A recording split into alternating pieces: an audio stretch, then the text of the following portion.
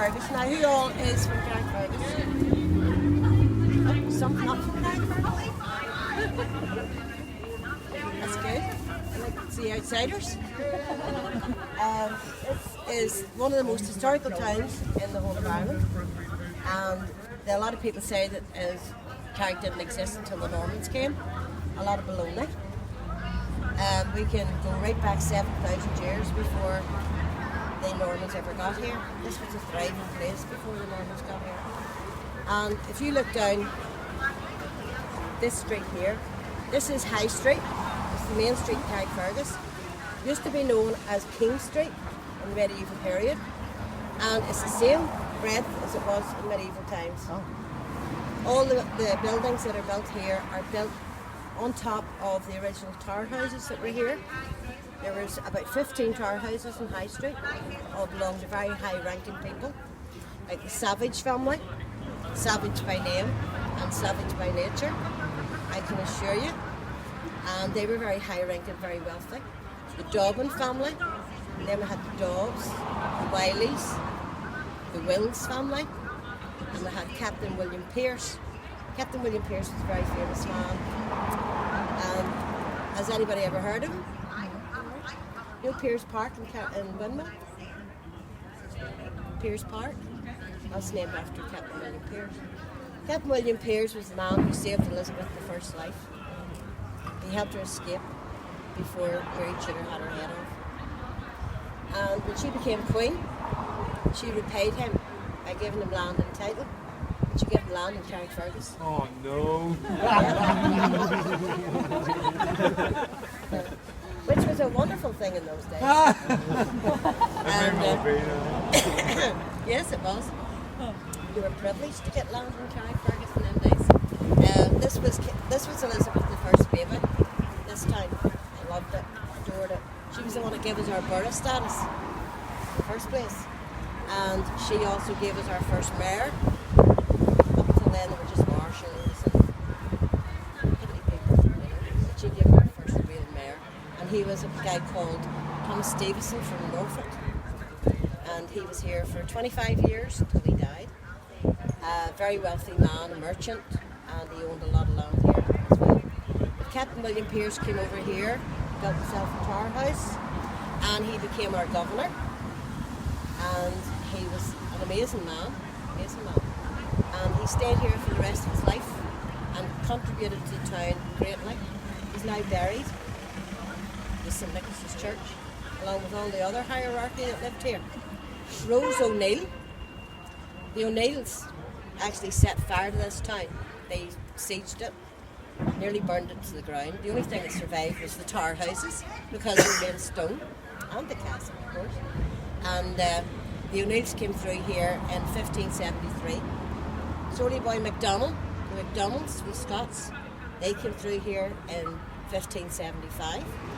Queen Elizabeth got a wee bit peeved off and decided to send her lover man over here, and that was Walter Devereux, the first Earl of Essex. And he came over here.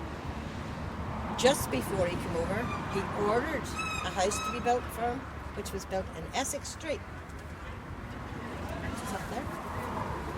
And it was built there, and a Governor's Walk, he became our governor, and Governor's Walk was lined with mature elm trees, believe it or not, so that he could go out with his daily constitutional up and down. And he went out and raided the MacDonalds. Now, the MacDonalds owned Rathlin Island. It was part of Scotland at the time. And the MacDonalds, he decided to pretend that there was a war between the O'Neills. So he irked the MacDonalds to get them off the island and bring them over here to fight the O'Neills. When they got over here to fight the O'Neills, they found the O'Neills weren't here to fight. While they were all off the island, Walter Devereux took his men on to Rathlin, and he slaughtered every woman, every child, every old person, every animal, and scorched the whole island. Elizabeth I didn't like that. She didn't want them slaughtered. She wanted them told off. She wanted the town protected against them. She didn't want them slaughtered. And because of that, she turned her back on him. Now he decided he got a greedy boy. He decided to go to Dublin. down to Dublin, fight his way, try to get more land. No, fighting the Irish Celts wasn't a good idea. And when he went down there, his men were slaughtered. He cried out for Elizabeth to send him reinforcements. She turned her back on him. Died of a broken heart in Dublin, where he remains to this day. So that's what you get for stepping on the toes of a regal lady. So I loved him at all, she did. No, she wasn't having that. Sir Walter Raleigh was here at one time. He called in on his wee boat. All the famous people, all the crowns of England, were all been here at one stage or another. King John, lovely boy. Robin Hood despised him. Robin Hood was sort of fictional, we're not too sure, not 100% sure. But King John was real enough. He spent 6 days in the castle and held court. Anybody who came into the castle can see him now sitting on the toilet with his hose down around his ankles. Very apt for such a wonderful king, you know what I mean? Bare backside. There you go. He's there for a wee while. So all the kings and queens of England have all had their fingers in this town. So Carrickfergus was actually the capital of Ulster at one time, while Belfast was 2 mud huts at the side of the Lagan. We were a famous town. What happened? What happened? Where did it all go wrong? Where did it all go wrong? You know? The Victorians, they're to blame. So what we're going to do is we're going to come round the castle here.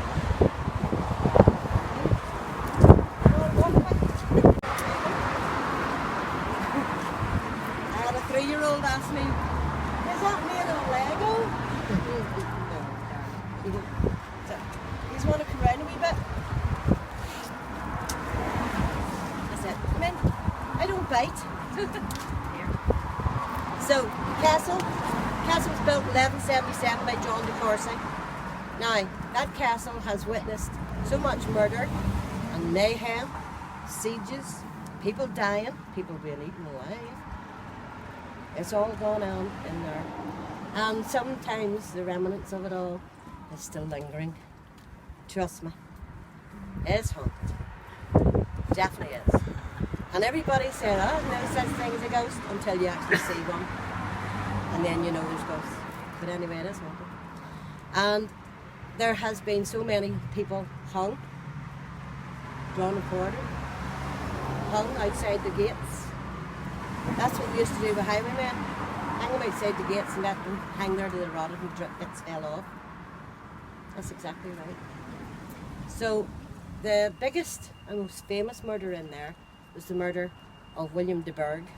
You know Chris de Burgh, Lady in Red and all that? Well, his ancestor, William de Burgh, he was murdered by what they blamed was his servants. And 5 of those servants were hanged inside that castle. And it was very unfair because they weren't to blame. It was actually his sister-in-law had him hanged. Because he had his brother starved to death in a prison. His own brother. He was a nice chap, you know. He was our marshal. He was the marshal of Carrickfergus Castle. The de Burgh family is one of the most famous families in Great Britain. And he was we had to have him. They couldn't have sent him to Belfast. We had to have him in 1333. But 5 of his servants were all hanged for his murder, and they weren't him. It was actually his sister-in-law had him done in. So there you go. Button cap. You all heard of button cap?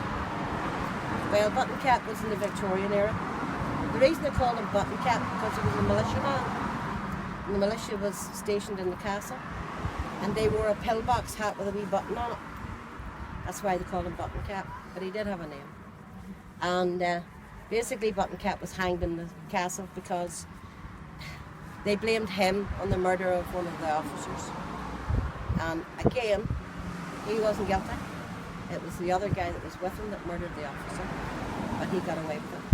Now, how he gets down and see his best friend hanged, you know. But in them days, it was self. Everybody was out for their own survival. So, I don't know whether I could step up and say, oh, it was me that done it. Don't be hanging my head. Yeah, I don't know. Don't think so. We're going to take a trip up Butcher's Road here. Here. This is Butcher's Road. Now, commonly known as Chesson Street. But it got the nickname of Butcher's Row for the simple reason at the top of it there was a slaughterhouse where they slaughtered the animals, and they always done it the day before market day, so the meat was reasonably fresh and not half eaten by flies. And so the next day it'd be fresh enough to sell. But the river, one of the Woodburn rivers, it still does, runs down underneath this street here, but in them days it was all open. So you had a river going down there, through the sea gate down into the harbour, and then goes out into the loch. So, around about 1720, 1730, the French decided to invade, and they came up, the two ships that came up as far as the harbour. And what happened was, they got a glimpse the day before market day, and they got a glimpse of all the blood and guts floating down into the harbour, so they decided they weren't going to invade that day. So they took off, but they did come back in 1760, and we were French for 6 days.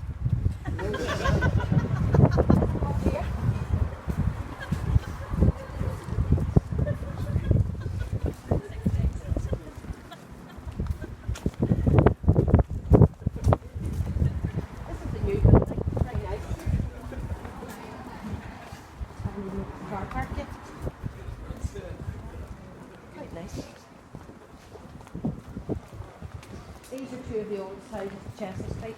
They were built around about 1768, I think they were. Nobody lives in them now.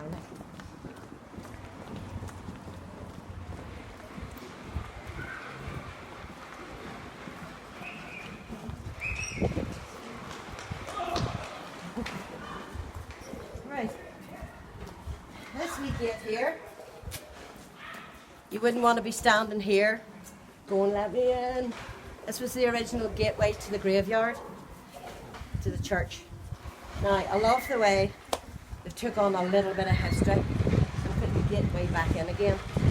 Though it doesn't lead to the churchyard anymore, it leads in there. And it's I don't know, what is it? An underwriting? What is underwriting? Does anybody know? Is that what it is? Why don't they just say insurance? Underwriting. But this was the original gate to the graveyard, and this is the one that the people would have used and the monks would have used to go in and out the church. John de Courcy had built the castle. He brought over the Premonstratensian monks from Stratford in England, and they were commonly known as the Grey Friars, and they were the architects and builders of the castle. And because of that, he gave them land here in Carrick, and he also gave them the mound, which is like a slight hill in the middle of the town, which was the pagan worshipping place before the Normans took over. And then the Premonstratensian monks built their church on it, as they did with most pagan sites, and ours was no exception.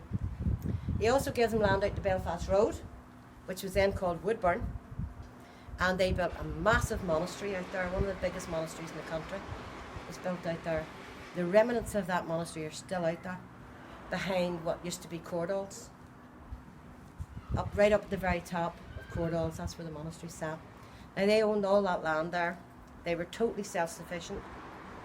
The other friars, the Franciscan friars in Carrickfergus, they built the friary around about 1232. In Carrickfergus, they weren't self-sufficient. The people of the town paid them to be here. They would have come out and administered medicines and stuff, health care to the people. They would have read you your last rites, helped to keep you alive, but if you didn't survive, then they got to give you your last rites, and you would have paid them. That kept them going. But they also had one of the biggest friaries and had the biggest church as well. It was much bigger than the Church of Ireland there. And unfortunately none of it survived, except for a few floor tiles that they dug up in the 70s. Just mind your backs there. At least it's I was going to say at least it's a taxi and not a mad person, but there you go.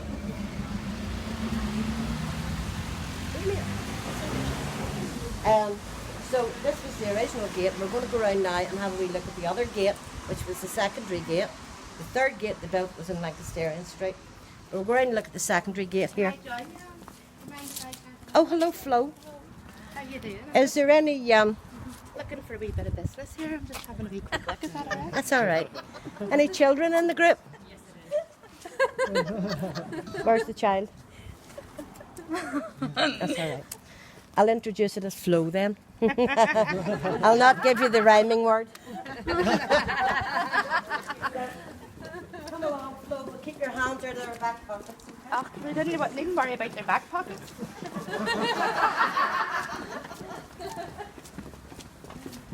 Coming up to the back end of the church here.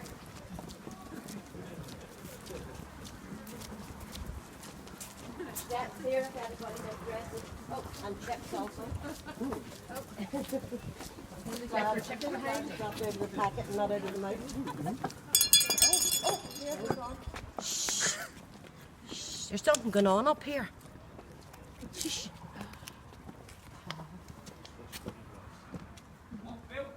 Oh, there's something going on. I think we've got a couple of grave robbers. Come on, quick. These will be some of mine. Which one do I go for? No, I want a tinkle. I'm a hardy. Just right, okay. Bill, what? Bill, And what are you two up to? carol singing. Carol sing, yeah. It's not Christmas. We're just out enjoying the evening. It's Yeah. raining. Sure, what's wrong with What's that? wrong with that? Are you digging up a No, we never do that. What's going on here? Who are you? Who are you? I'm showing these good people around the town. Really? Yeah. Right. Let's have a look. Let's have a look, Bill. Yeah. Hello. Hello, Prince. Here. Let's have a look at you. Here, Bill. Bill. Bill. There's no Oh. rings there, Bill. No rings. Hello. Got lovely hair, Bill. So Bill, look. Oh. Look, that comes right over her face. That's nice and That long. is lovely, isn't it? Lovely. Oh, she's got all her own teeth, Bill. Oh. We'll have, that. we'll have to take that off, won't we? Oh. You got any gold ones got in all- there? No. Bill's got what? all the lovely teeth in there. Let's have a look. Come on, smart. Nice and pearly white. Do you want me to get the pliers out? No, not Chip. No. Bill, Oh no. we've Sorry, got to she's Got not to dead wait a yet. while, Bill. Bill. Right. Oh, Bill. sorry. Bill. I love you. Bill. Look at that. Bill.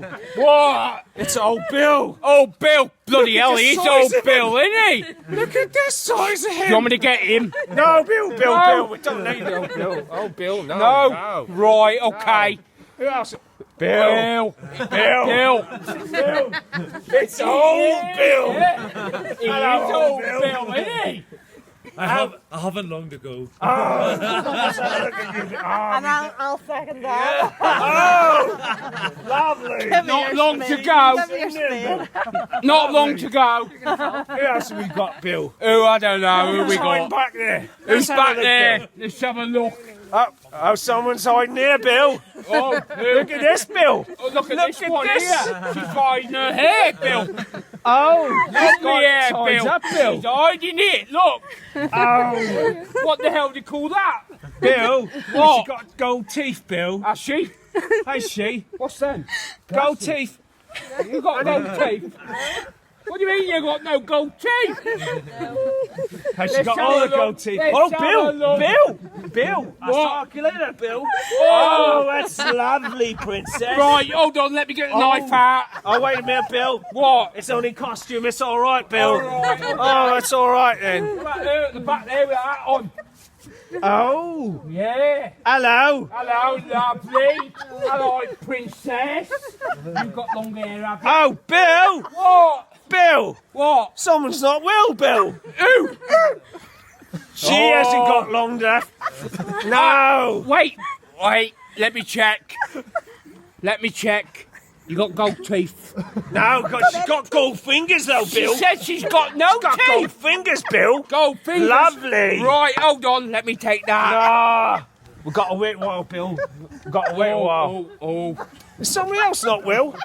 He ain't Oh, he's a well, little is bit he? pale. Do you want me to finish him off? He's a little bit... No, Bill. No. Bill, we can't do No. that, Bill. No. Why not? No. Oh, he's got gold as well, Bill. No, they're Lovely. bloody white. They're white. No, Don't his you fingers, touch my Bill. shovel. Bill, What? his fingers. Gold? But we'll wait, Bill. Oh, we'll wait. We'll wait till Okay. he's Let's have a bloody look dead, here. yeah. Oh. Yeah. what's See on here, Bill.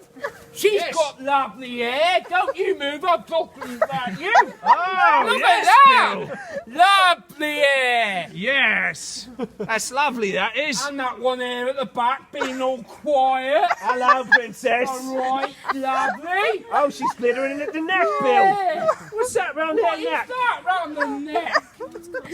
No, it's not. It's bloody diamonds. Oh, I like the sound of that, It's Bill. diamonds, Bill. It's That's diamonds. lovely, that is. Yes. Right. Hold on. Wait a What? minute. What? Wait a minute. Get off.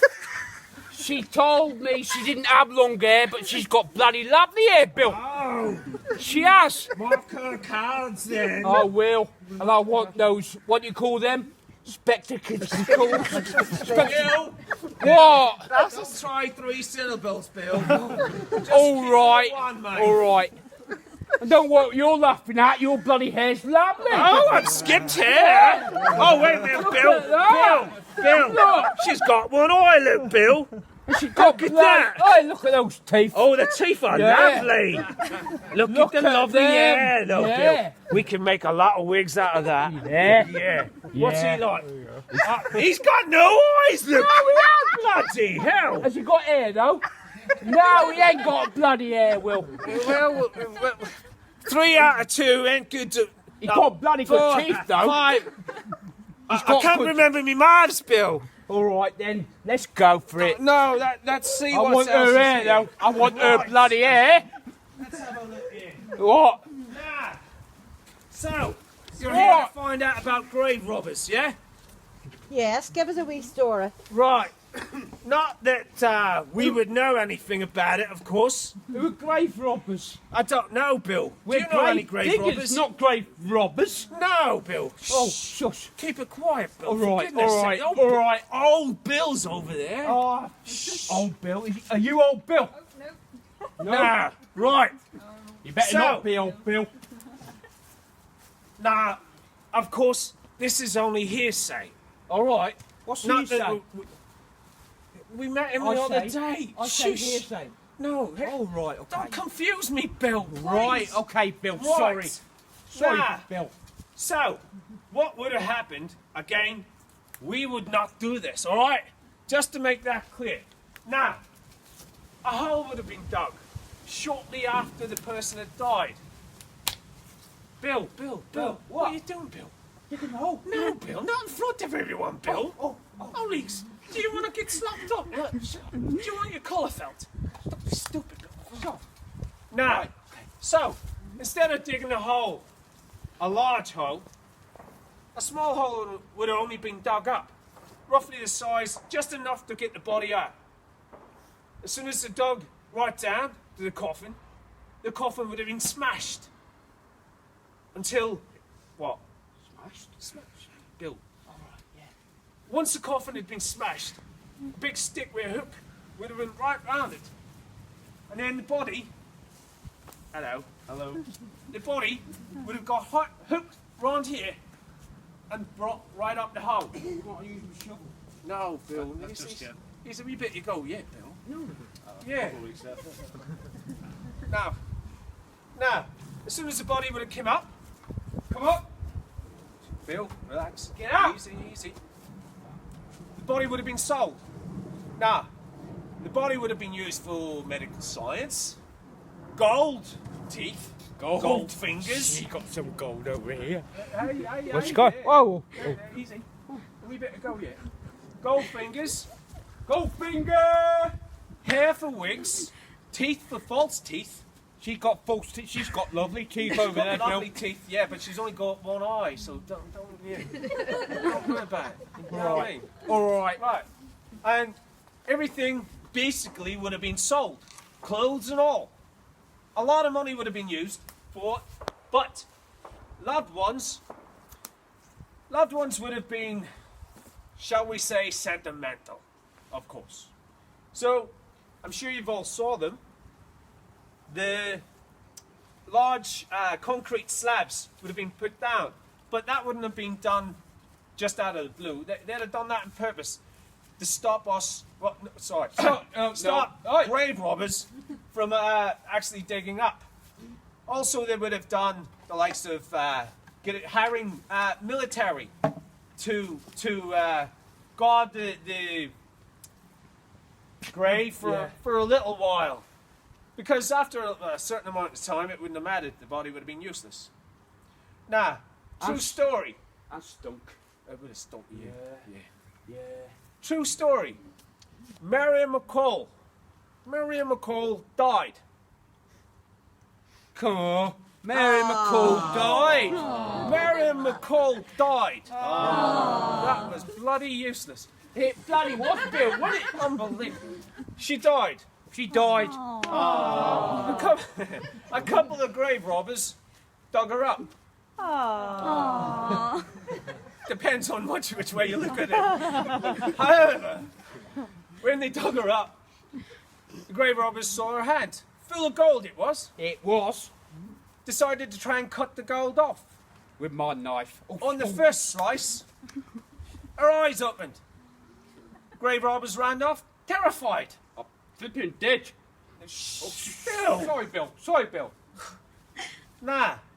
Miriam walked home, knocked on the door. Her husband opened it, fainted right where he stood.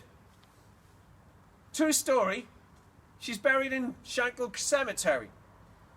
And since, right to this day, her gravestone reads, No, it doesn't read Ivor Hardy. no, or Ivana Tinkle. No. It reads, once lived, twice died.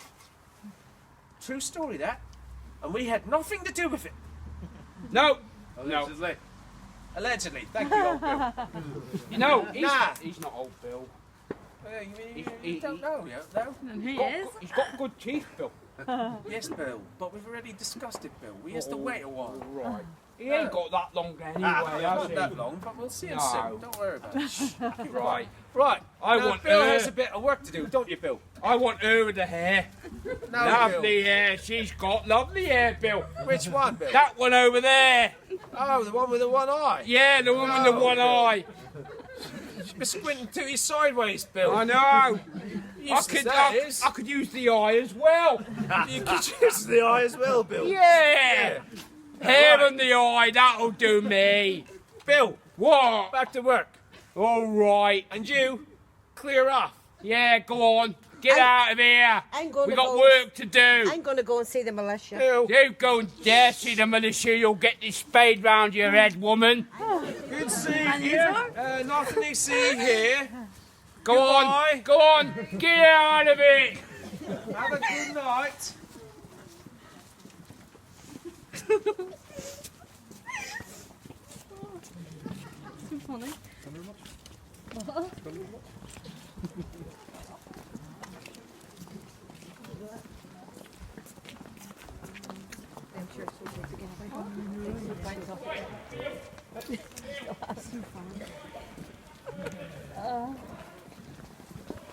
Why was the first one like to be grabbed?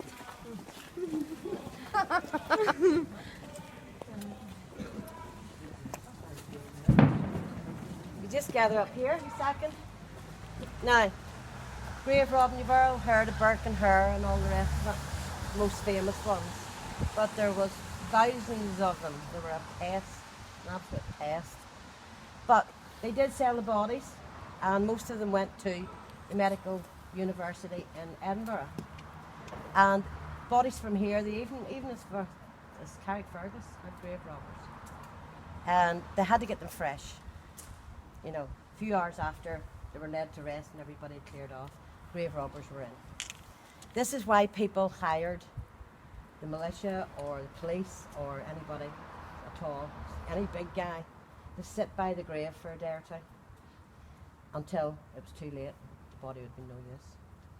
They would have actually tied string to their toes, brought it outside the coffin, brought it up over the grave, and then the grave would have been filled in. Then the bell would have been, cord would have been laid out, and there'd have been something sticking up with a bell on it. In the dark, the only thing they were interested in was the top of the grave. And I got down there and tried to pull the person out, and it would have rang the bell, because the cord was attached to the toes. So it would have rang the bell, and that would have alerted the militia. Now, believe it or believe it not, there was no law against stealing a dead body, because it had never come up before. So there was no laws laid down about stealing the body. So the only way they could get them was to do them for theft. Couldn't get them for cutting their hair or pulling their teeth or anything like there. What they got them for was stealing their clothes, which they did. They even stole the shroud if they were buried in a shroud.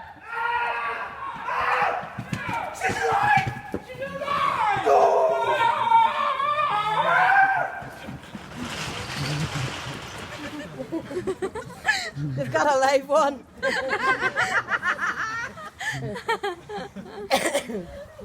Believe it or not, that happened quite often in the days of non-medical science. When people went into a coma, they automatically thought they were dead. And how they tested it was that they put their ear down to their mouth. They didn't know to feel for their pulse. They put their ear down to their mouth, and if they couldn't hear them breathing, they were dead. If you go into a coma, your breath's very, very shallow. There's more people buried alive, especially in the early Victorian, the Georgian and early Victorian eras. Even my own grandmother had a terrible fear of being buried alive, because when she was a wee girl, she remembers a woman in her vicinity that was buried and she wasn't dead at all.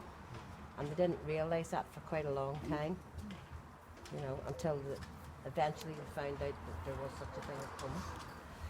Now, this is why you did get the odd grave robber that came across a live one, and it wasn't nice.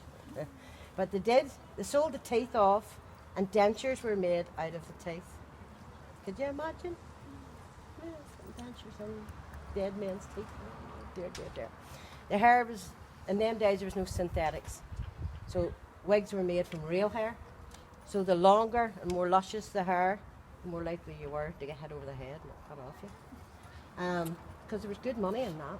Wigs were only afforded by people that had a bit of money, so they were willing to pay good money for them.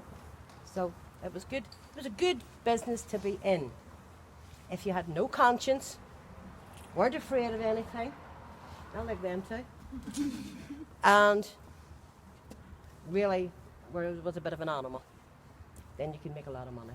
Burke and Hare, on the other hand, they were famous because they actually murdered people, because they couldn't get enough dead bodies to satisfy the doctors in Edinburgh. So they started knocking them off. And that was as fresh as you could get, you know.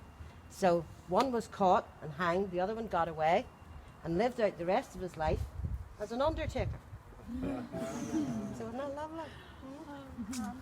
And one of them was Irish, the other one was Scots. Now, not only that, but to stop them, what they had to do was they allowed the doctors or medical men to take the bodies of hanged or executed people.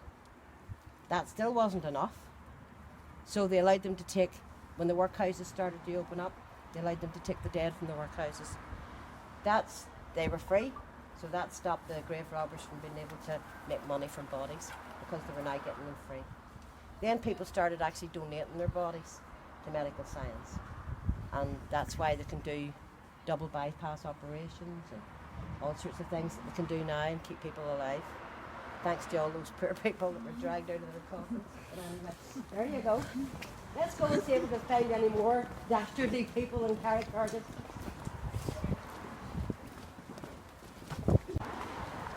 I definitely know why women wore cloaks. I'm sweating. They were warm. Very, very warm. Oh, Flo's doing a bit of business up there. Now, we'll stop here for a wee second. Rest my weary ass against this poultry.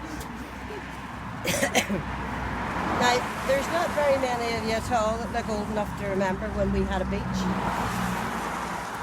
But the sea used to come up to that footpath. That's where the sea used to come up to. When you look down the Marine Highway and the Marine Gardens, that was all beach. Beautiful sandy beach. In the summer you couldn't have put your towel down, there wouldn't have been enough room. And all the wee places, the shops and things out the Scotch Quarter, all had beach balls and buckets and spades hanging outside and ice cream and great place. When the tide was out, you could have walked from Green Island to Whitehead before the tide came back in again. It's amazing, beautiful beach. But we now have a marine highway. Now, the council in their ultimate wisdom, sitting around looking for stuff to do, has decided that they now take the marine highway away and bring the castle back into the town. It's not broke, don't fix it. If they hadn't have fixed it in the first place and took the road up round the back, then we would have still had our beach, you know, and something for the people to visit in the summertime, you know, other than the castle. But there you go.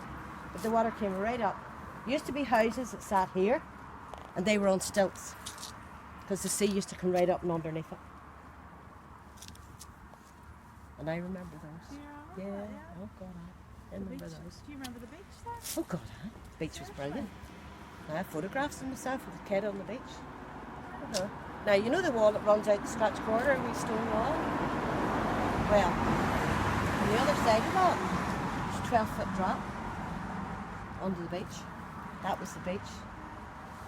Mm-hmm. Now it's a dog toilet, it's called the Marine Gardens. So this is, what would you call it? A disaster? You could have put it round the back, up the country, where there was nothing. You know, it's all over here. I think, oh God, yeah. Beautiful beach, it was a lovely beach. Nope, no. They built the Marine Highway when I was 13. I was only 12 years old. Well, I was 13, yeah. Like, you know, so they took the beach away and put that there, and you know, it could have been something that sort of way people would have come to the town for. But see, it's our councillors, there's none of them that's forward thinking. Yeah. We're going to stop here and have a look at this wee bit of wall. Now, this wee bit of wall here. Stand and deliver. Oh, trust you. Your money or your life. Or your wife. He is offering you his wife. If I'm lucky. Oh, you're not too bad looking, like. A Dundee highwayman, eh? Step aside, sir. Hello. No, I want your valuables, your watches, your jewellery. Come on, somebody. Let's see. Come on. Any rings?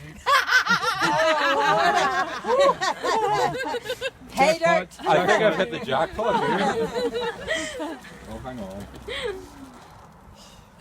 Costume jewellery. Surely somebody has something of value. Anyone, come on. Let's see. Let's see your rings. Come on. No Rolex. This is ridiculous. How's an honest highwayman supposed to make a living? We're poor people. Well, wait, hang on. Oh, I see something valuable here. Yo! I think the only treasure here is you. But again, costume jewelry. They must have something. Anything. Oh, I've got a few coppers if you want. Take it, because you'll have to be paying me later. Take what you can get. Yo! Is my credit no good? Well, of course it is. Of course it is. Let's get the money first. Good idea. I'll do for me. Come on. Right, let's go. Good evening, folks. The woman's not fussy. As I say, this little bit of wall here, they were building these new buildings here, and they knocked this down. And the people from Belfast, the archaeologists and such likes, nearly had 2 heart attacks in a fit. And they rushed down and said, no, I'm going to have to build it up again. This is a listed piece of wall. This is part of the old Carrick wall. This is part of the wall that the sea used to come up to, believe it or not. And it was part of the wall that came around from the castle and went right round the town. And it's listed. So they put it back, but when they were putting it back, they'd lost a bit of it. So if you look at it very carefully, you'll see a lot of bricks badly put in certain places. But this bit of wall here and that bit of wall there, that had to stay. So they weren't able to build a big wall around their building, you know. But they could have done something here, I suppose. They didn't. They built it up, and I think it cost them more to build that than it would have been a big brick wall. Highwaymen. We're going to stand here a wee second and have a wee talk about highwaymen. Does anybody know anything about the highwaymen of Carrickfergus? No? Right. There was a highwayman from Belfast that used to come down. He was called the Scourge of the Belfast Road. There was a lot of markets going on in Carrick, and from all the surrounding areas, all the farmers used to come down to the markets and sell their wares. That was great. It was when they were going home with all their money that was the problem. We had a guy called Ness O'Hagan. He was from Belfast, a notorious family. There was about 6 sons in the family, and 3 of them were highwaymen. And they were very vicious. Ness O'Hagan was quite vicious. And he wouldn't have thought twice of stabbing you for what you had, or cutting your throat for what you had. Not very nice. There was none of this stand and deliver. It was mush, mush, take all you can get, you know. So, Ness O'Hagan, they followed him for years. But they eventually got him, and they decided, we'll teach him a lesson. So they hanged him outside the castle gates, and he hung there for 6 months until he rotted and all his bits all fell off, and slime and the smell, and oh God, it was dreadful. But they wanted him hung there so that people coming into the town would see him and think, right, this is what happens when you do anything wrong. His family wasn't very enthused about him being hanging there, but there was nothing they could do. If they had came forward, they'd have been caught as well, so they just left him, God love him. But anyway, John Reid, he was a Carrick man. He lived in Carrick. He knew about Ness O'Hagan. He let Ness O'Hagan have the Belfast Road. He took the country roads at the back, catch the farmers getting home. He was also found, and he was hanged in Gallows Green. Another guy called Connor, and he was hanged also. He was a Carrick man. Well, actually, he was from Ballycarra. And he was hanged out at Gallows Green as well. Gallows Green, does anybody know where it is? No? Good grief. Nobody? Is that? Fourfield? Yeah. You know the Go Garage? Yeah. Just directly behind that was where the Three Sisters was. It was a gallows that could hold 6 people. It had 3 sides, and you could put 2 on each side. Right? So they used to hang them because that was the main thoroughfare along the Antrim coast. So anybody coming towards Carrickfergus would see this gallows, and it was always full. Always. They would have cut a rotten body down, put a fresh one up. Simple as that. So Connors was taken over there, and he was hanged. He stole something in the town, and he was hanged for it. And his mother pleaded for his body. And normally they wouldn't give the bodies up. Cut them down when they were rotten and buried them in the sand. You know? Oh yeah, I've got a big car. I'm exhausted. So he hung there for 2 days, and his mother pleaded with the mayor, could you please take him down? And he said, right, fair enough, because she was a good Christian woman. So we gave her the permission. So off she set, on her own, mind you, with a wee small horse and cart. And she cut him down into the cart. And as she was driving home along the road, she heard a noise in the back of the cart, and when she turned, his horn was up. He was still alive. He had been hanging, choking for 2 days. But he had the power to stay alive. How he done it, we don't know. But she took her horse and cart into Wilson's farm, which would have been where, what do you call that? Used to be Taxico Garage. up Fort- where Fort Field. Kentucky, Fort Field, where Kentucky is. That's where Wilson's farm was. And she took him into Wilson's farm, and they helped him, and he came around a wee bit, and he was able to tell his mother that he loved her and he was sorry for all the wrongdoing that he'd done. He died the next morning, about 7:30 in the morning, and he's buried in Ballycarry, the old graveyard in Ballycarry. So it's worth a wee look at that old graveyard in Ballycarry. There's some fascinating characters in there, as there is in our own graveyard. So that's what they done with Highwaymen in Carrickfergus. They weren't all handsome looking dandies by no stretch of the imagination. So we'll go along here and we'll go into the town and see what else is going on.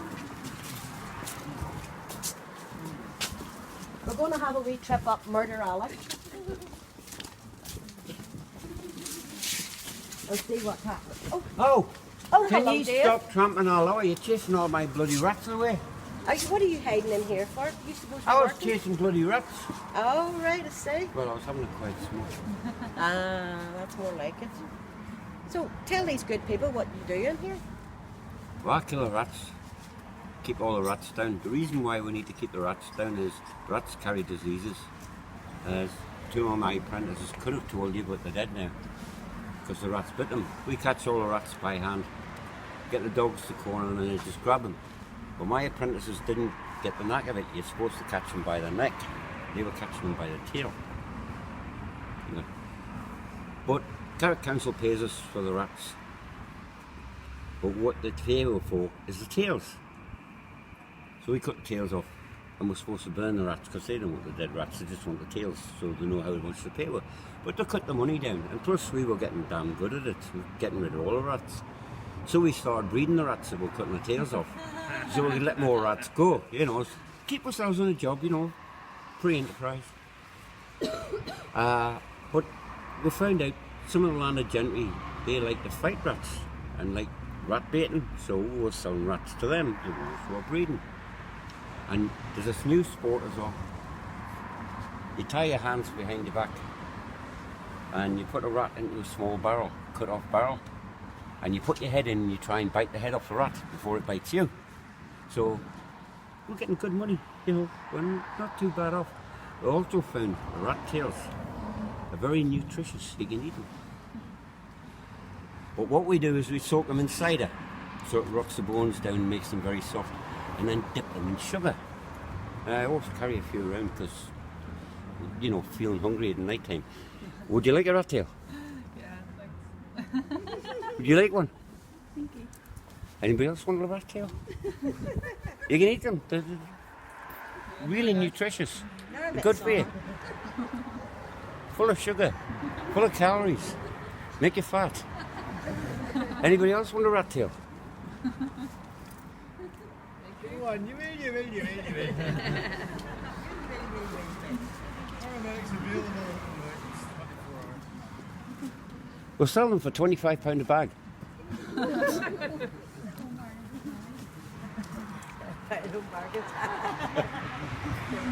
Well, Dave, we'll go and let you get on with your work, son.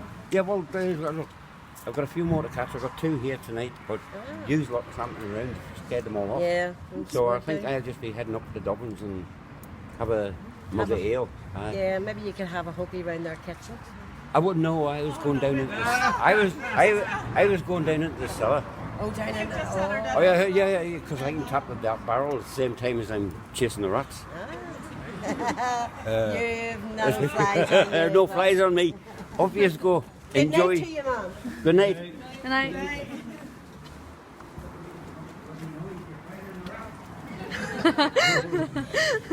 This place here is called Murder Alley. Now, if you look up there, it says Purely Lane. That was the original name. The nickname is Murder Alley because this was an alley right as far back as the medieval times. It was a wee alley leading from the shore. Now, a lot of the sailors used it, getting off their ships, rolling their wee boats into the shore, getting into the town, to the hostelries and the flows of the town. And they would have come up this alley because they didn't have to go through the gates. And if they had to go through the gates, then people would have known who they were, what they were doing in the town. So they used to sneak up here. But then there were sailors with money in their pocket. And that was an ideal an ideal situation for the robbers of the town. So there was many, as I said, are knocked off in this alley, and that's why they nicknamed it Murder Alley. Now it was closed off for many, many, many years, and it was only whenever they knocked the old houses down, the ones that sat in the stilts, that they realised that there was an alley here between the buildings, so they put it back in again. They researched it back and found it was called Purity Lane. Then they realised it was called Murder Alley, and they weren't too sure whether they should have put it back or not. So we're going to go up here. Very interesting thing up here. It's called the Pillory. Sitting right outside the mayor's house. Great. Ah, there's a policeman. Hello. Oh, there's somebody in the pillory. Come on, quick.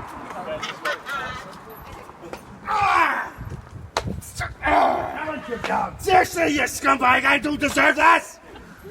See if I get it, I'm gonna shove that thing right up your... Hello there. Sorry about that, ladies and gentlemen.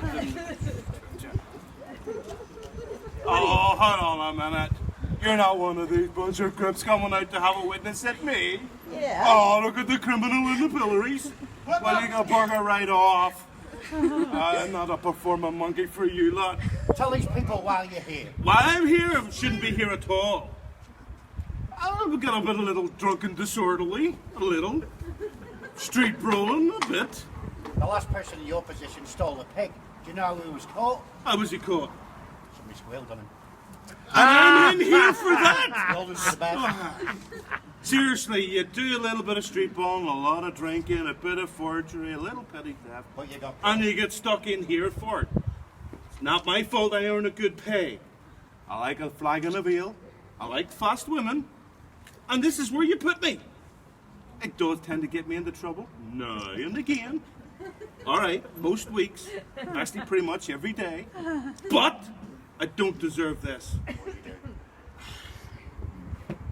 Just because I get paid more than you. He whips it a little bit harder because I earn the cash. Ah, you dirty! Okay, my job may be dirty, but it pays. What is your job? I don't really like to talk about it. Well, basically, I shovel some of your stuff that you happen to throw out. Mostly excrement, you know. Any crap, basically, you lot want to throw away. I'll sit and scoop up with my shovel. Good money in it. I learned from a very young age. There's money in shoveling stuff. As a young boy, I became a pure collector. Pure. Sounds good, doesn't it? It's basically picking up dog poo with your hands. And you don't get gloves. Do you know how hard it is to pick dog crap out of your gloves? It's easier to wash your hands. Well, if you had soap, that is. But there's money in it. The man at the tannery will offer me a shilling for a bucket of crap. And do you know what to do with the crap? Anybody? Oh, I see leather shoes. Any leather jackets? No, plenty of leather shoes. Well, they basically use the crap, and usually a bucket of my pee, or somebody else's if I can find it, to steep the leather in. Softens it, makes it nice and supple, and then you wear it on your feet. So the next time you're cleaning your shoes, have a good sniff. But that's a job for kids. Not for the likes of me now. Me, I pretty much collect anything you people throw away.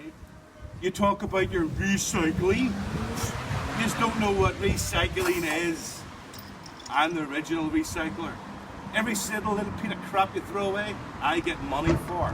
Everything. Food waste goes to the farmers, especially the pig farmers. Pigs like a bit of swill.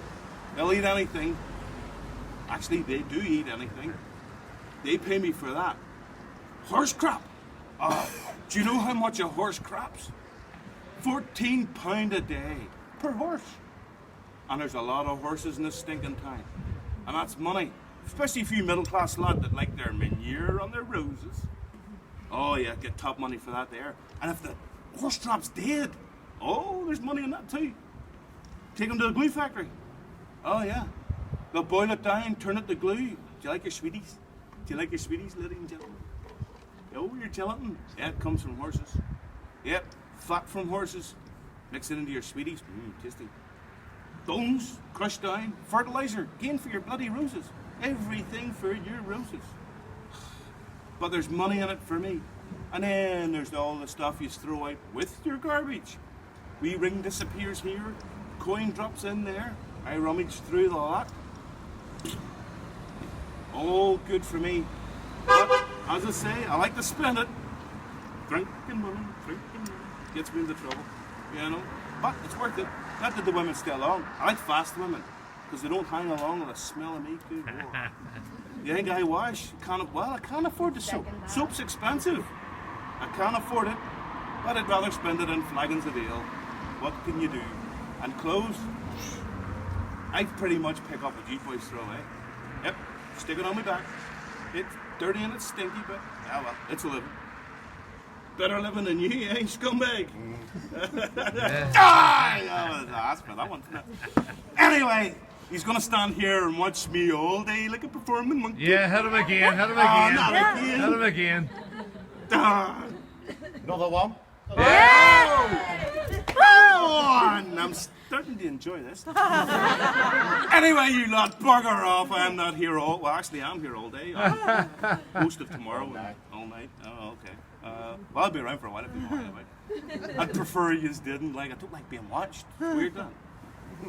Anybody want to sniff them on the way past? Oh, I pretty much think. You think it's ratting out of the rubbish around this street? This street would have been full of muck and bloody all sorts. You stole it all out your windows. There is sewage, mind you. There are sewers. Pretty much the sewers all run into the tide or run into your local rivers. And see if there's rain out here. It rains in Ireland. It tends to flood a little and the poo. The rats are usually surfing it down the street. In the wee canoes, surfing the poo down the street. That's how bad it is. Anyway, go on. Get off. I've things to do and, well, people to look at. Have a good night. Thank you very much, sir. See, kind gentlemen. And again, any waste, let me know. I'll come round and collect it. I'll something for you later on. Spot on.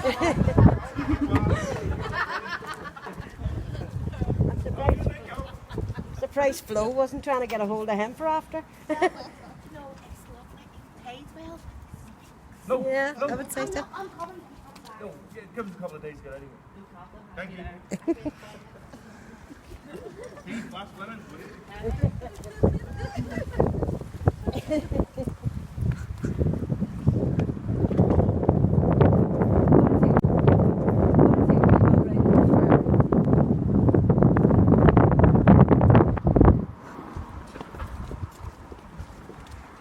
But first I'll tell you a wee bit about the pillory, if you're interested. That was the house, original tower house that sat there. They've got a mural on the side to give you an idea of Thomas Davison, the mayor that Queen Elizabeth I advised us to take on. And he insisted on the pillory being put outside his house because he was the one who lashed out the punishments for the pillory. That was his job, as well as a lot of other things. And he liked to see them being punished. Now, today, he would be on an offenders list. But then, nah, that was his enjoyment. He liked to see people being beaten, what have you. And many's the one was. The Witches of Island McGee, they called them the Witches of Island McGee, but there's 3 of them from Carrickfergus actually. And the other 4 was from Island McGee. They were brought in, they were sentenced to 2 years apiece in our jail. They were put into the pillory once a month, where the people of the town was allowed to throw anything they liked at them. And boy, they enjoyed it. They threw everything at them. In fact, one of them got her eye put out, she had her jaw broken, her teeth smashed, her fingers broken, her knees broken, in the pillory of people throwing stuff at her. When she was released from prison, she died 6 months later of starvation, because she couldn't work to feed herself, and nobody else would have anything to do with her. And it's very, very sad considering the fact that the woman wasn't a witch. You know what I mean? She didn't like people in them days. It was witch! And then you were on the pillory, or else you were burned. But the judge wouldn't have them executed, because he didn't believe in witchcraft. But he had to do something to appease the crowds. So they suffered for 2 years. So let's go along. And we'll go we walk up to the friary.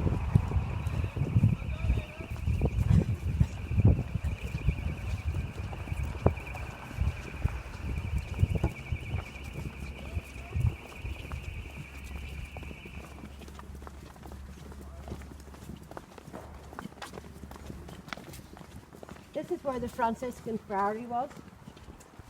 And come along up here. The graveyard is at the back of it. It's actually under a car park now. A lot of graves still there, a lot of bodies still there, including Hugh de Lacy. If we could find him, it would be great. And I'll just take you up here and show you where it was.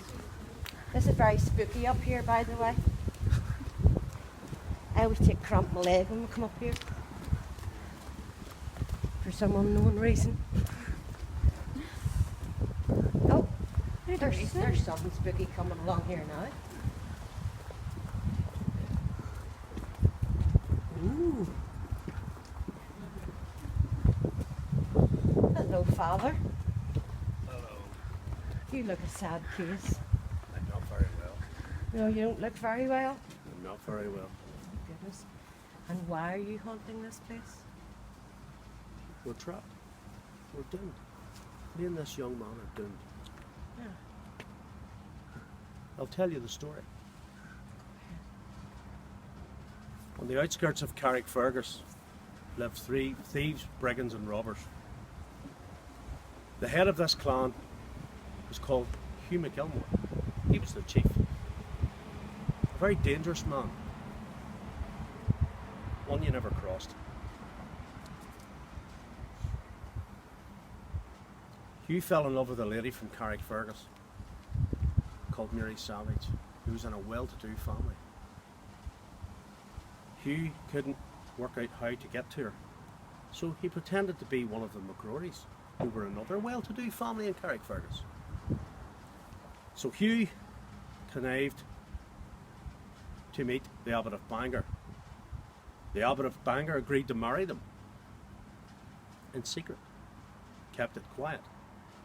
It was only then, after they were married, that Mary found out who he was, the notorious thief and robber.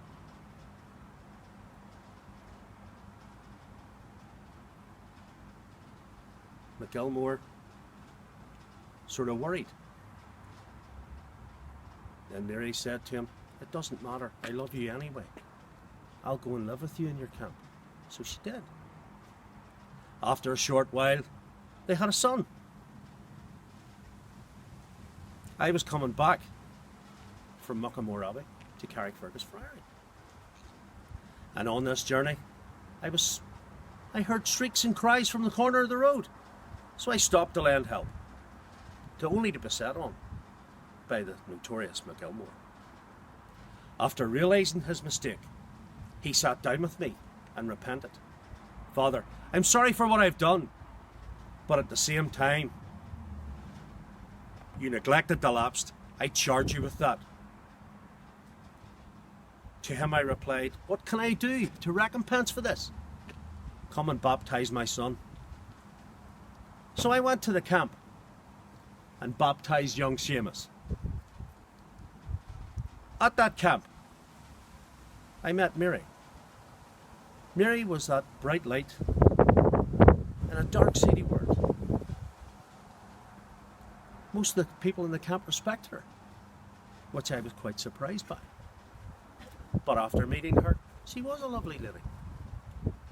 But while I was at the camp was attacked, and Mary was murdered by an arrow through the heart. In deep shock, I bent down to tend to Mary, and she put her bloody hands on my face. There was nothing I could do. As I was leaving, in fear for my life, the Savage family approached. I told them, "Do you realise you've killed your sister?" I said to her brother. He was totally dumbfounded and distraught. I says, "And furthermore, whatever rumours you may have heard, Mary was actually married to Hugh, and they have a son called Seamus. She was not kidnapped like you were led to believe. After this, I fled for my life. I fled back to the Friary.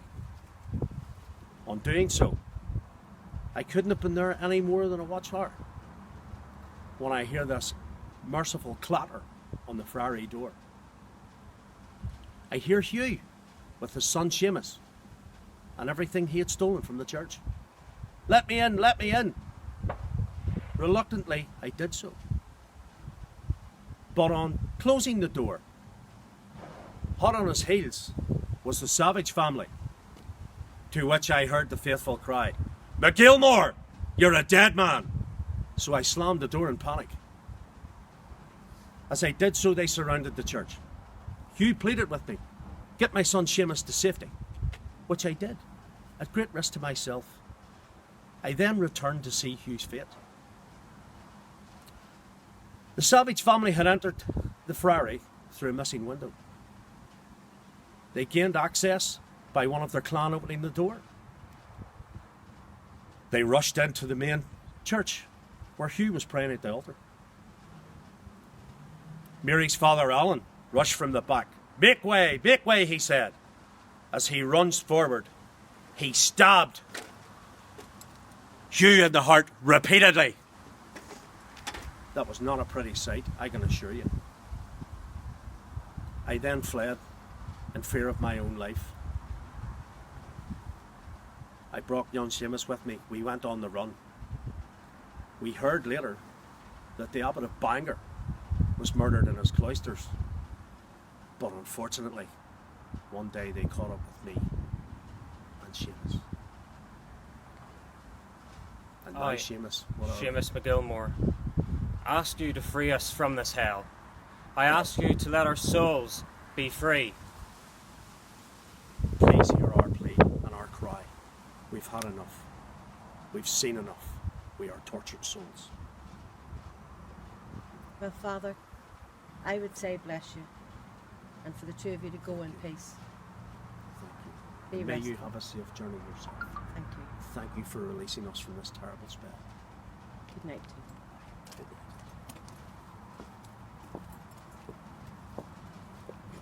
What you heard there was a true story. That was a true story.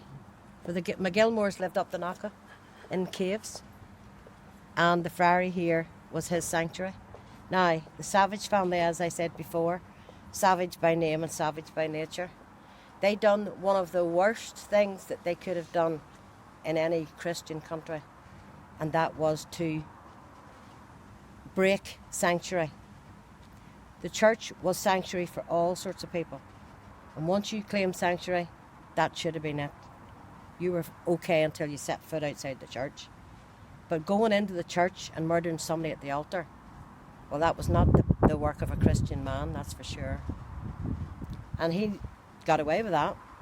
He got away with killing the abbot. He got away with killing everybody as he wanted to, because he was wealthy and well known and very high up in the town. But that was a true story. Very sad story too. But there you go. It all happens in Carrick. And you can come down here any Saturday night.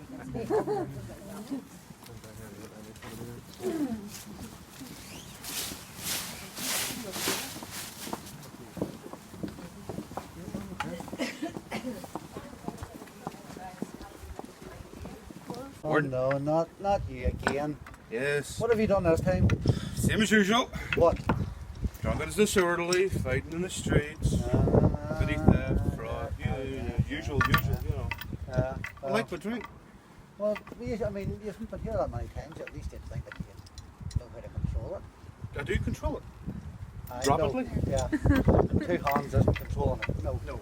Anyhow, you're all here for the hanging in the morning. You're all Hanging? Shut up. No, they didn't say you were going to... Well, I have stopped talking to you, so you stop talking. Oh, okay. I'll stand here, Colin. Thank you. Have you all come for the hanging in the morning? Get your spot nice and early? Yes. Oh, yes. Yeah? Good. Yep. Here in the houses across the street, and what is commonly known as Drop Lane, people would have hired out bedrooms. They would have hired out, rooms that overlooked. Don't to watch public hangings, hanging out here in the street, and that was in the mid 1800s. So not that far away really as far as things go. This is the County Antrim Jail in Carrickfergus. It was built in 1780 and closed in 1850 whenever people like this idiot were marched in shackles to the nice brand new shiny jail in the Crumlin Road in Belfast. Crumlin? You mean I'm going to have to walk 10.5 miles. Can I not just... No, like that, with that, over your shoulder, and a line, all the $800 wannabe hard men, one after the other, all the way to Belfast. Be quiet. The jail was extended 3 times. Ah, hey! Was extended 3 times. See, you forgot me. Extended 3 times. The last time it was extended to put a medical centre on, to put a kitchen on, because we had started to think maybe we need to look after prisoners instead of just giving them hard labour, like hard labour. Tell them what hard labour's like. Hard labour. All day with us, breaking stones. Big stones, wee stones, tiny stones. Any stones you get, I'll bust them up to his satisfaction. And good? trust me, he's a fussy. Was it good? You enjoy it? Oh, aye. Yeah. I love it every minute. Yeah. Just need a drink. Yeah. Well, no, you flagging don't. to go with it, huh? No. That's why you're here, because of the drink. Yeah, well, you know. Yeah. You want to end up in there along with your mate? In where? In the condemned cell behind you. Sure, you're sending me the crumble. Can I go in? Public hanging in the morning. Oh, Tom right. No. Remember that? Yeah. No. I'll pass things. Uh huh. Yep. So anyway, Tom Cordray, the last public hanging. Do you want to tell the story? Poor Tom. Nothing poor Doesn't about him. poor nothing. That boy does not deserve to be hanged. He was found guilty. Guilty, my. He was found guilty. No. He's a Found nice lad. I've guilty. spent time with him. Found, I know you have. He was Lots of times. standing up for himself. Poor sod. The sergeant bullying the hell out of him. All he did was stand up for himself. Some say he decked him, some say he pushed him. Whatever the outcome may be, that bugger took a fall. Split his skull straight up and killed him. Now they're going to hang poor Caldry for it. We'll be hearing that's what It's all a these, frickin' shame. that's what all these people are here for. They're all here to watch it in the morning. Well, they've had their pound of meat over there, that's picnics. for sure. Picnics? Picnics. Anybody get chicken? Get back. Anyway, I was once in that condemned cell, waiting to dangle on the end of the rope. But the last hangman had an unfortunate accident. So some say it was an accident, some say he was killed, but he ended up in the tide. I know how much it cost to put him in the tide. We'll say nothing more about that. The President Governor sent for me and he says, how would you like to be the next hangman? And I thought, I could do that, because I would rather pull this end than dangle on that end. Murderer.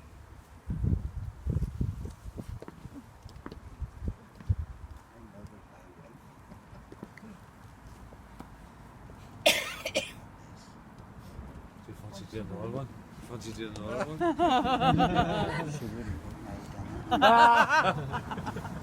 Hey, did you watch yourself, girl? She argued with me and I just got a knife and slit her throat from there to there. Thought nothing of it, enjoyed it. She wasn't sure.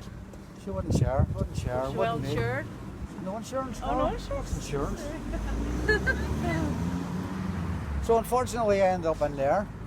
Bloody middle classes, you get away with everything. Fortunately, I Fortunately, knew a man that knew a yeah. man to do away with the last hangman. Don't look at me, it wasn't me. I know. hanging isn't anything like what you see on television. People would have paid me money. If you pay me some of my family member that's going to get hung and done away with, you pay some money, I'll make sure it's done quick. If you don't pay up, you just dangle on the end of the rope. It's more like a strangulation. Your face is turned blue, your eyes bulge out, tongues come out. Pretty much excrement comes out. Bells come out. The bells do, and you won't let me collect that for a profit? Nope. Yeah, see, it's all about him. Money, money, money. Cut them down, dig a hole, bury them in there. Did excavations in there a few years ago, found skeletal remains. People that had been hung out here in the street. Paupers' graves on the other side of that wall. They reburied them, give them some sort of religious ceremony and burial, so but they're still in there.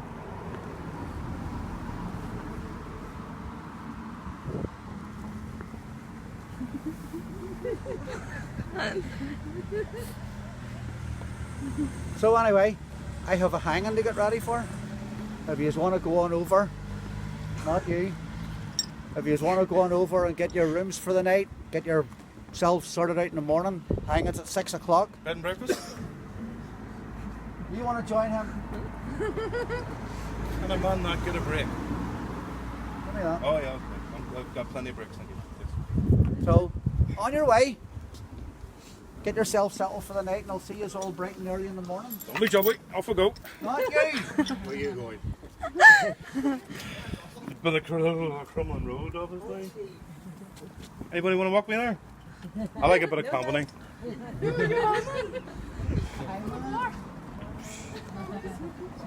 Watch the traffic. Them horses are dangerous.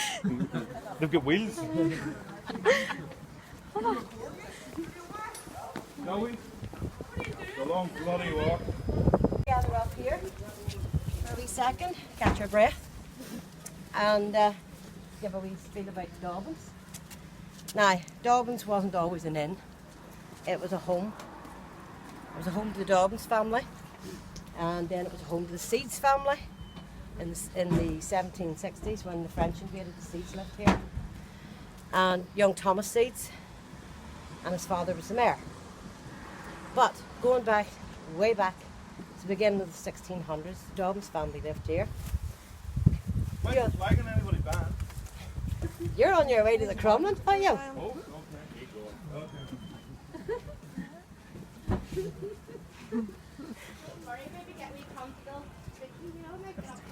Well, tip the word for me. Well I'll make it work too well. She's way into the bar now. In the early 1600s, there was a guy who lived here called Dobbin, and Elizabeth Dobbin was his wife, a very young wife, to a much older man, and she is the one that haunts the place. Now, he's all known by Maud. You've all heard of Maud. You get it on Wikipedia. You've even got it on the television with the medium. Oh yeah, I can feel her. Her name's Maud. Nah. It was the staff in the 50s, 60s that nicknamed her Maud. Her name was Elizabeth Dobbin. So when the medium says, it's Maud, you know she's a fake. So we're going to go in and we'll hear a wee bit of the story about it.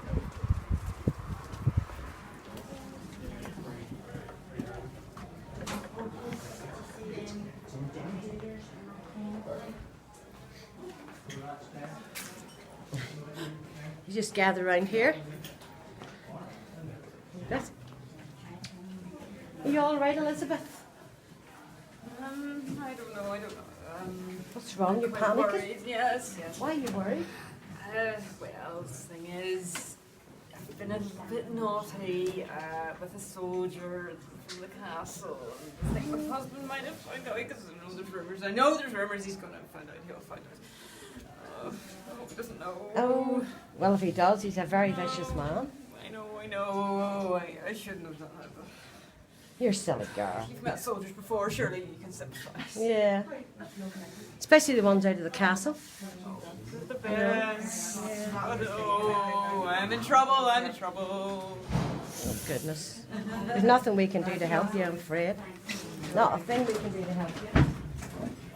Do you believe that belongs to... Is that your hobbies? Yeah. What's he doing there? Don't know. I hope he's got some ceremony coming up because that's his favourite dagger. It's Oh, a right. ceremonial dagger. Does he not take it with him everywhere? Where is he, anyway? I don't know, he's upstairs.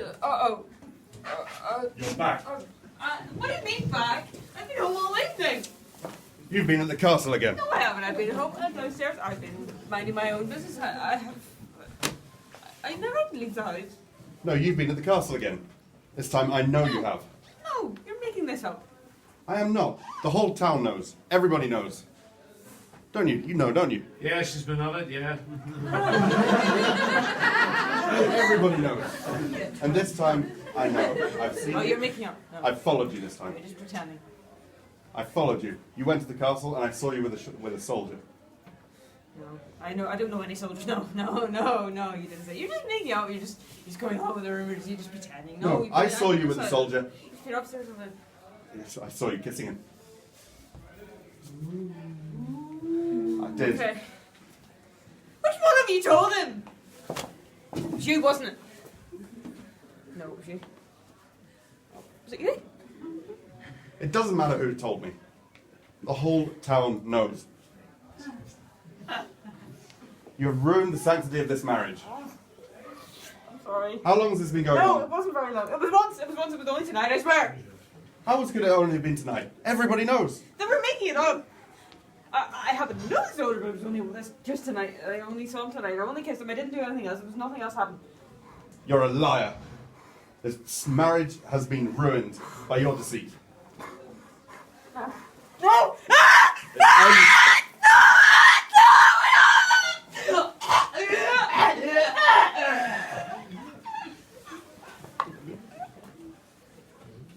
You people didn't see anything.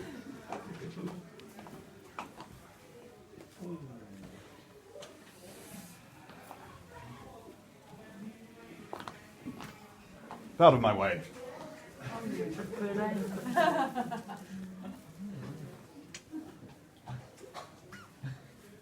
She's still breathing, all right.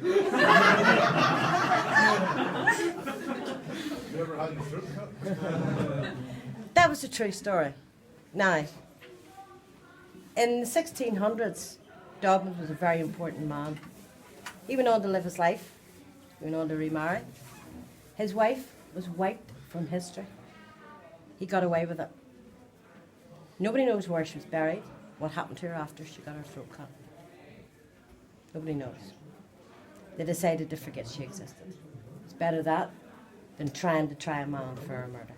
Because in them days, when your wife was your wife, you could basically do what you liked done. And that concludes our tour. You can get up now.